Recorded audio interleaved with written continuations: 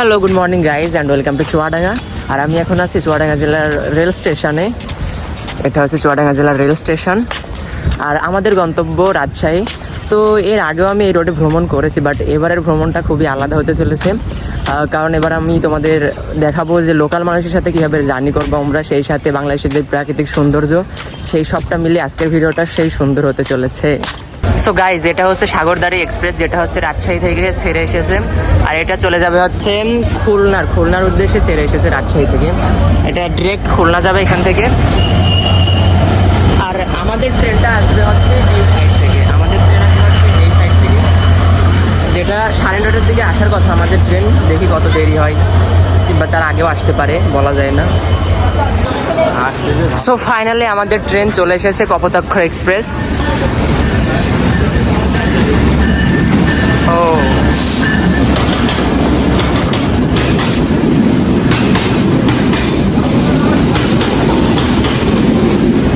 এটা হচ্ছে খুলনা থেকে ছেড়ে এসেছে, ডিরেক্ট যাবে রাজশাহী। আর আমরা সবাই এখন উঠি ট্রেনে। অনেক কষ্টের পর ঠেলাঠেলি করে অবশেষে উঠতে পেরেছিলাম ট্রেনে, বাট আমরা সিট পাইনি, কারণ সিট পাওয়ার জন্য আগে থেকেই অনলাইনে টিকিট কাটতে হয়, কিন্তু সময়ের অভাবে আমি সেটা করিনি, যার কারণে সিট ছিল না। তবে সমস্যা অতটা হয়নি। আর এটা হচ্ছে কুষ্টিয়া জেলার ঐতিহাসিক ভেড়ামারা রেল স্টেশন।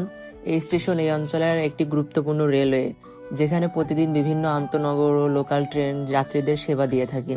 চারপাশের পরিবেশ, ট্রেনের আসা যাওয়া আর স্টেশনের ব্যস্ততা সব মিলে ভেড়ামারা রেল স্টেশন আলাদা একটা সৌন্দর্য রয়েছে। আর এটা হচ্ছে আমাদের অপরূপ সৌন্দর্যের বাংলাদেশ, সবুজে ঘেরা এক অপরূপ সৌন্দর্যের দেশ। এ দেশের চারিদিকে ছড়িয়ে আছে সবুজ মাঠ, নদী, খাল, বিল আর অসংখ্য গাছপালা।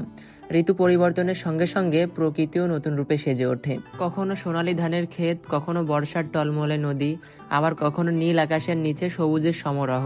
আর এই সব মিলিয়ে বাংলাদেশের প্রকৃতি সত্যিই মনোমুগ্ধকর। এই প্রাকৃতিক সৌন্দর্য শুধু চোখকে নয়, মনকেও প্রশান্তি দেয়।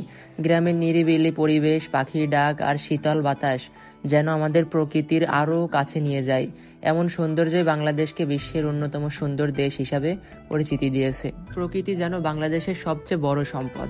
যতদূর চোখ যায় শুধু সবুজের বিস্তার, নদীর বুকে ভেসে চলা নৌকা, বাতাসে দুলতে থাকা ধানের ক্ষেত, গাছের ডালে পাখির কলতান আর ভোরের স্নিগ্ধ আলো, সবকিছু মিলিয়ে যেন এক জীবন্ত ছবির মতো লাগে।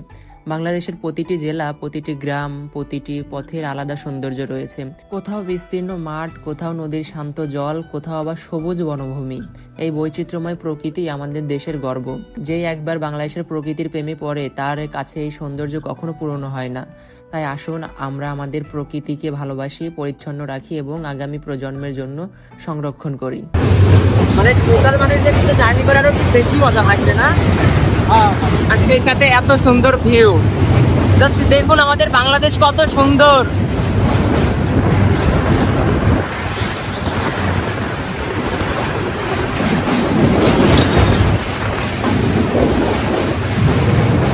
চায়না দেখো, চায়না দেখো। এই মামা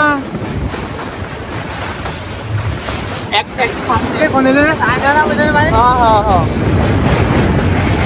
এই ওটা রাখতে আসছে। এটা হচ্ছে রূপপুর পারমাণবিক বিদ্যুৎ কেন্দ্র, যেটা কিছুদিন আগেই চালু হয়েছে।